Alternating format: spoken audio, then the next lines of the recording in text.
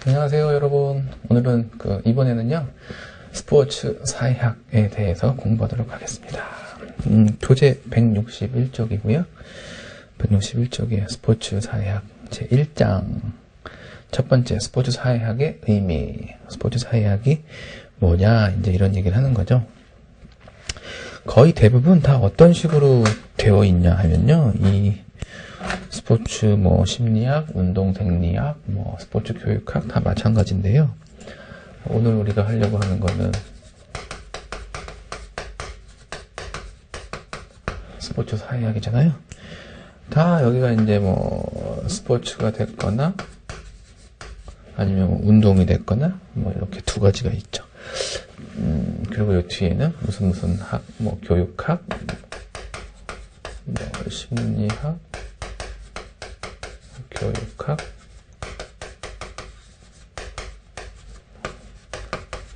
생리학, 역학, 이런 식으로. 그래서 우리가 이제 이 체육과 관련된 이런 학문들을 종합 학문, 또 어디서는 응용 학문 이렇게 얘기해요. 응용 학문이라고 이렇게 얘기하다 보면은 요거는 반대말이 뭐가 있냐면 여기 또 기초 학문 또 이렇게 얘기도 하죠. 이렇게도. 그러니까 여기 약간 또 어감이 있는 거야. 기초는 좀 중요하고 응용은 조금 요거에 비해서 상대적으로 덜 중요하고, 요거는 뭔가가 어떤 좀 이론이나 어떤 핵심적인 거에 포커스가 맞춰져 있다고 한다면 얘는 뭔가에 좀 이렇게 널리 뿌린다거나 적용한다거나 어떤 이런 약간 느낌이 있죠. 근데 지금은 이런 거에 대한 어떤 뭐라 그럴까 중요도 요걸 말하고 싶은 건 아니고요.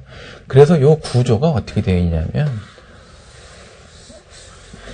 종합학문이나 응용학문이라고 얘기했을 때 얘를 우리가 뭐라고 얘기하냐면 모학문이다 라고 이야기를 하는 거예요. 그래서 아까 여기 얘기했을 때 기초학문 있죠.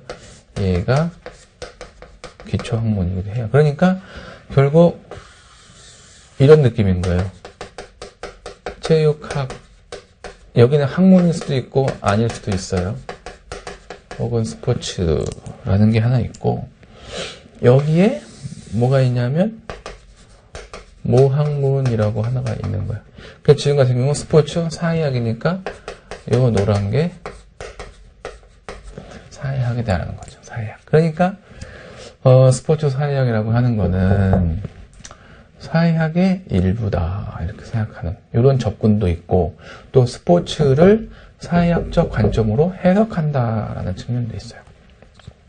그래서 이쪽에 더 중요하다고 보는 관점이 있을 수도 있고요. 이게 더 중요하다라고 보는 관점이 있을 수도 있고요. 여기 관점은 여러 가지죠. 어떤 게 옳다, 그러다 이런 것 같지는 않고요. 여러분들도 어떤 선택을 할 것이냐, 본인의 어떤 선택과 선택 결과가 있겠죠. 그리고 나는 이런 선택을 이런 과정을 거쳐서 했어 라고 했을 때 이 선택 결과와 선택 과정이 말이 된단 말이에요. make sense 한다고 한다면 그것은 또 우리들에게 큰 의미는 차이는 없어 보이는 거예요. 그렇게 얘기할 수 있으면 되는 거죠. 그런 의미에서 우리는 지금 맨 처음에 스포츠 사회학의 의미에 대해서 공부를 하려고 한다. 자, 스포츠 사회학을 정의하기 위해서 제일 먼저 뭐 했어요? 스포츠의 의미, 그 다음 뭐 했어요? 사회학의 의미, 그 다음 뭐 했어요? 스포츠 사회학의 정의를 했잖아요. 이렇게 돼 있는 거죠. 그래서 이런 구조 때문에 말씀드리는 거고, 요 구조는 스포츠 사회학뿐만 아니라 전체 7개 과목이 다 거의 대동소이하다. 지금 이런 흐름을 말씀드리는 거예요. 자, 스포츠의 의미는 뭐냐 하면 경쟁을 통해서 이루어지는 신체 활동으로 공인된 경기 규칙 안에서 이루어진다. 모르겠어요. 이거 꼭 의미를 이렇게밖에 얘기할 수 없나 싶은데요. 스포츠는 첫 번째 신체적 움직임이죠. 맞나요? 그러면 바둑은 스포츠예요? 아니에요? 이런 문제가 나중에 이제 대두가 되죠. 바둑은 스포츠입니까? 아닙니까? 이제 신체 활동에 초점을 두는 사람은 바둑을 스포츠라고 보지 않아요. 왜?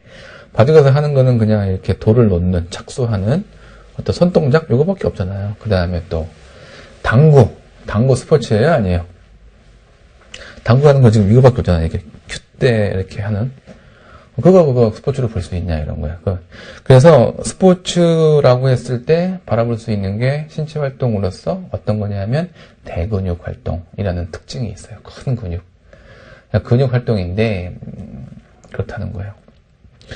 만약에 이렇게 손 두는 거, 요 정도의 어떤 근육 움직임을 스포츠라고 한다면, 아나운서는 입을 계속 움직여갖고, 입에도 근육이 있잖아요. 이거 근육을 계속 움직여가지고 말을 하는 사람이잖아요. 오히려 아나운서가 근육을 사용하는 것이 바둑하는 사람이 손 동작하는 것보다 더 많은 에너지를 소비한다는 거죠.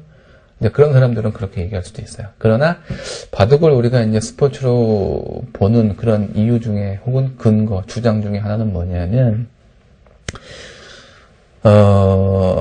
전략이라는 거죠. 전략. 어떤 그 승패를 짓기 위해서 몸과 마음의 전략을 활용한다는 측면.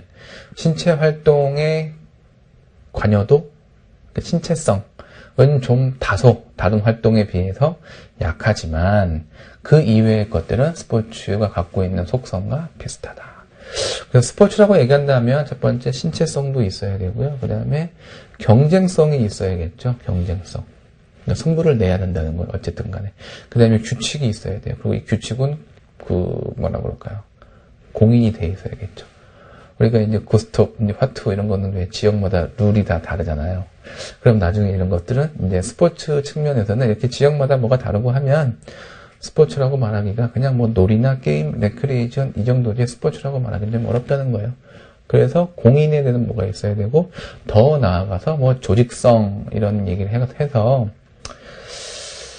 국제 조직, 그 스포츠 전체의 뭐 경기, 운영, 지도자 뭐 이런 거 관리하는 조직이 있을 것. 이것도 이제 스포츠의 구성 요소이기도 해요. 스포츠에는 여러 특징들이 있다.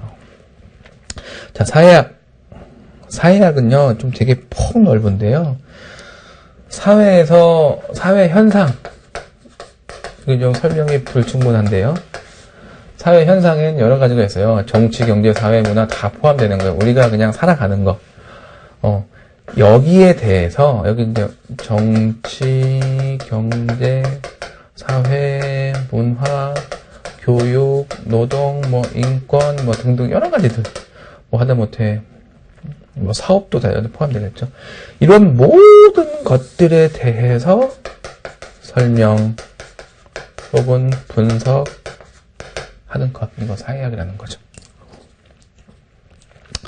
그러면 이 스포츠와 이것이 묶이면 뭐냐면 스포츠와 관련된 이런 것들이겠죠. 스포츠와 관련된 정치, 스포츠와 정치, 스포츠와 경제, 스포츠와 이거 뭐였죠? 사회.